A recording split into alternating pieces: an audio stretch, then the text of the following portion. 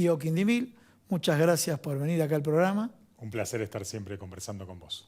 Bueno, y yo le decía, digo, a ver, ¿cómo podemos combinar para que no quede que esto está planteado desde lo académico, lo técnico? Porque comencé el programa diciendo, solo le pido a Dios que la guerra no me sea indiferente, la canción de León Gieco, ¿no? Y vamos a tocar algo muy rico, que es el diálogo entre Albert Einstein y Sigmund Freud y Einstein. Y ahí tenemos la imagen, a ver si lo podemos ver. Sí, la placa esa, porque es un tema también muy profundo. A ver si lo podemos ver en el final. ¿Sí? ¿Por qué la guerra? ¿Sí? Y abajo está arrobado Diego.Quindimil. Diego, bueno, ¿cómo fue el diálogo? Es muy interesante porque tanto Freud como Einstein habían atravesado ya la Primera Guerra Mundial con todo el dolor que eso traía y estaban a la luz de la Segunda Guerra, ¿no? Es decir, con ya el nazismo mordiéndole los talones a lo que tenía que ser las personas de origen judío, ¿no? Claro. Einstein fue elegido por lo que eran las Naciones Unidas en ese momento para poder conversar con el intelectual que él quisiera sobre el tema que él quisiera. Y en relación a eso, Einstein eligió a Freud. ¿Por qué? Dijo, Freud es un especialista en instintos. A ver, es un especialista en los instintos humanos. Bien. ¿No? Y entonces Einstein lo que quería saber es esto de por qué la guerra, ¿no? ¿Viste el dicho ese que dice que en la historia lo que primero es tragedia, luego se vive como comedia, excepto la guerra, porque la guerra siempre es tragedia. Siempre nunca es tragedia. Sí, sí, sí. Entonces es por eso que Einstein le pregunta a Freud el porqué de la guerra. Y entonces ahí aparece un intercambio de cartas muy interesante entre ambos, en donde miran la realidad, primero desde la perspectiva general, ¿no? En la perspectiva general del mundo, qué podrían hacer las naciones frente a una nueva guerra. Y entonces ahí medio que se ponen de acuerdo en que, bueno, por ahí, digamos, algún mecanismo como el de las Naciones Unidas podría dar respuesta a esto, ¿no? Es decir, con cierto poder de fuego para poder interceder frente a situaciones como la que estamos viviendo hoy en Rusia y en Ucrania, más precisamente. Bien. Pero la parte más rica de la conversación se da en relación a qué le pasa a las personas con la guerra, digamos, ¿no? Si, a criterio de Freud, le pregunta a Einstein, la guerra sería evitable.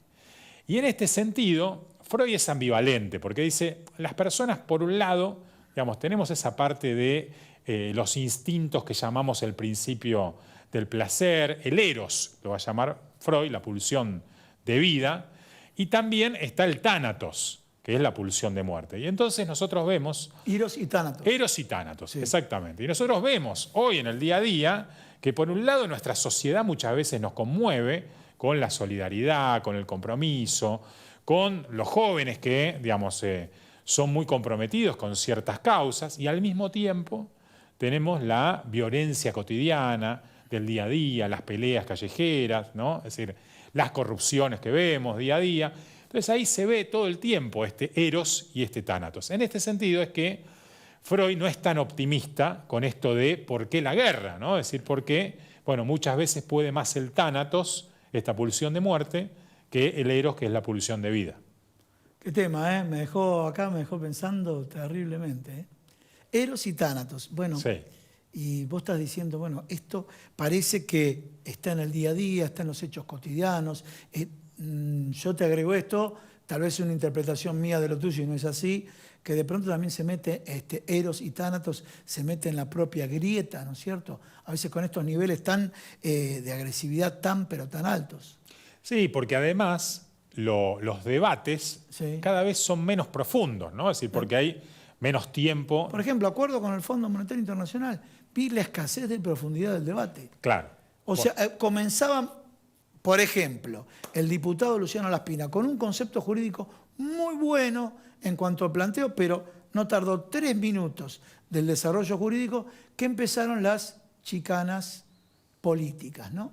Claro, bueno, a ver, tiene que ver con esto, con la poca profundidad para poder escuchar el planteo del otro, y también con lo que se conoce ahora como la posverdad, digamos, ¿no? Es decir, que cualquiera puede sostener cualquier cosa. A través de un medio de comunicación. Claro, y siento que, ¿no? Es decir, es como una cuestión que no está inspirada tanto en lo intelectual que podemos debatir, sino en lo que yo siento, creo, versus lo que vos sentís o crees. Y eso le quita posibilidad al intercambio intelectual y entonces ahí es donde las cosas se empiezan a resolver cada vez con más violencia. Hay una frase de Freud, ahora que lo trajiste vos a Freud, esta vez lo trajiste vos. Lo traje yo, bueno, muy bien. Hay una frase de Freud que dice que la civilización se creó el día que un hombre, en lugar de tirarle una piedra a otro, lo insultó. Epa. Es decir, la palabra no es el mediatizador de la violencia. Y entonces cuando nos faltan palabras es donde cada vez aparece más la violencia en un mundo en donde quiere resolver las cosas por lo inmediato, digamos, ¿no? Es decir, ya, no hay posibilidad de esperar nada.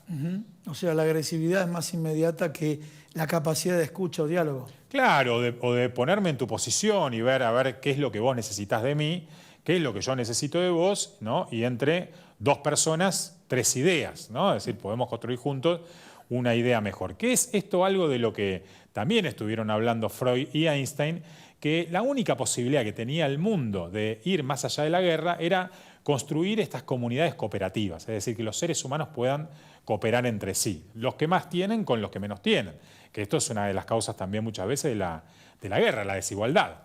Bien, ya planteado, a ver, las cuestiones de fondo, profundas de la guerra en este diálogo, vamos a la propiamente dicho, a la guerra, a la fotografía de hoy y demás.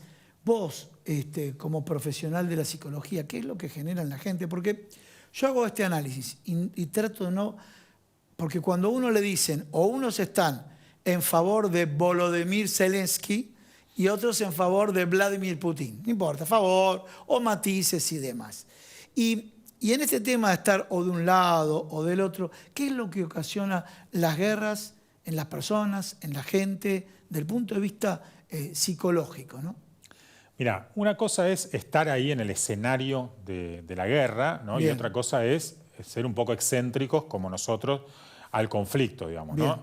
El escenario de la guerra deja una huella para siempre. Para toda la vida, ¿no? Para toda la vida, que esto nosotros lo podemos ver. Ni siquiera al que luchó, al que no luchó, quiero decir.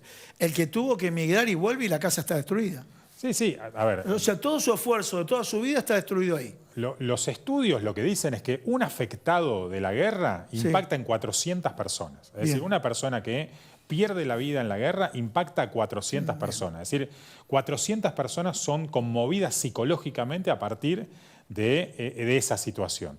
Y nosotros lo vemos no solamente en la guerra en Ucrania, sino que también lo vemos con lo que nos pasó a nosotros en Malvinas. En Malvinas, sí. Los sobrevivientes de Malvinas quedaron muy traumatizados de ese suceso y también sus familiares, ¿no? Es decir, ha habido muchos suicidios, intentos de suicidio, ¿no? Es decir, necesidad de atención psicológica luego de lo que es la guerra de Malvinas. Tuve la oportunidad de ir a los campos de concentración en Polonia, de Auschwitz, de Birkenau y otros tantos, que está muy cerca de Ucrania. Y la verdad es que el horror se ve hasta el día de hoy, ¿no? Y no se puede creer, ¿no? Es decir, que estando tan cerca del horror de una de las peores circunstancias de la humanidad, todavía estemos viendo este tipo de situaciones en donde vemos la guerra, digamos, crudamente, gente que se muere, bombardeos de hospitales, ¿no? Amenazas nucleares para todo el mundo, y esto genera que el mundo sea un lugar, desde la perspectiva psicológica, un lugar difícil para vivir. El mundo, un lugar difícil para vivir, ¿no? ¿Qué acepción la que planteaste vos? Sí, porque nosotros no solamente lo vemos en lo cotidiano, sino que también vemos que en perspectiva no se ve un mundo redondito y de ricota, ¿no? Es decir, a vos que te gusta el rock, digamos, volviendo un poco a la canción. Se ve un mundo complejo, difícil, estamos saliendo de la pandemia y entramos en un mundo, ¿no? Que tiene cierto riesgo de una tercera guerra mundial, esperemos que no, digamos, ¿no? Pero que la perspectiva no es tan alentadora, digamos. Entonces, ahí es donde se hace difícil la convivencia, ¿no? Bueno, te voy a meter en un terreno, no quisiera complicarte porque no apunta a lo político en sí, pero los perfiles, ¿no? ¿A qué voy? El de Vladimir Putin y Volodymyr Zelensky. ¿Por qué digo? Pues yo digo, está bien, Zelensky fue elegido, dejamos de lado un poco la historia, si fue propuesto o por un grupo, porque no querían que sean afines al gobierno ruso y demás, pero de pronto cuando uno ve, dice, cuando dice, la OTAN no me apoyó, pido que me dé apoyo aéreo, ahí se demuestra, como mínimo, digo yo, inoperancia. Porque, como dicen algunos, le mojó la oreja a un poder muy grande, como lo hicimos nosotros en Malvinas. Me acuerdo que en esa época yo decía, participaba de la idea, realmente porque son nuestras, hay que combatir más. Y mi padre de la experiencia, esta gente nos va a destruir, ¿sí? No estamos en condiciones de ir a pelearle a ellos. Bueno, el resultado fue tal cual, ¿no? Llegaron como nos contaban en los medios de comunicación cuántos Sea Harrier y demás derribaron, pero llegaron y fueron, en cuestión de minutos, tomaron las islas y siguen estando ellos. ¿A qué voy con esto?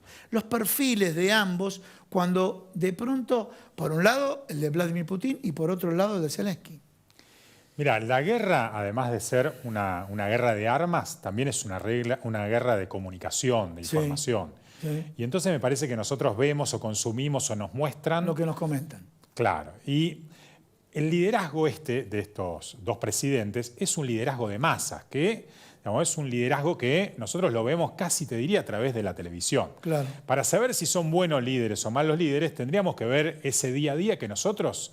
La verdad que nos lo perdemos, ¿no? Y nos muestra, insisto, lo que nosotros podemos llegar a ver, ¿no? Es decir, antes de la guerra hubo un montón de personas que fueron a la plaza a alentar la guerra de Malvinas con un dictador. Con un dictador, ¿no? Sí. Y nosotros, fuimos empujados a esa situación, ¿no? Desagradable, que el día después nos mostró que ese líder no era tal. Entonces, es muy difícil poder hacer un análisis desde los medios de comunicación para entender cuál es la psicología de estos líderes de masa, ¿no? Es decir, que no son los líderes de a pie, los líderes del día a día, como puede ser un jefe de una empresa o como puede ser, alguien de, no sé, un partido político, ¿no? Clarísimo. Diego, muchísimas gracias. Un placer, como siempre, conversar contigo.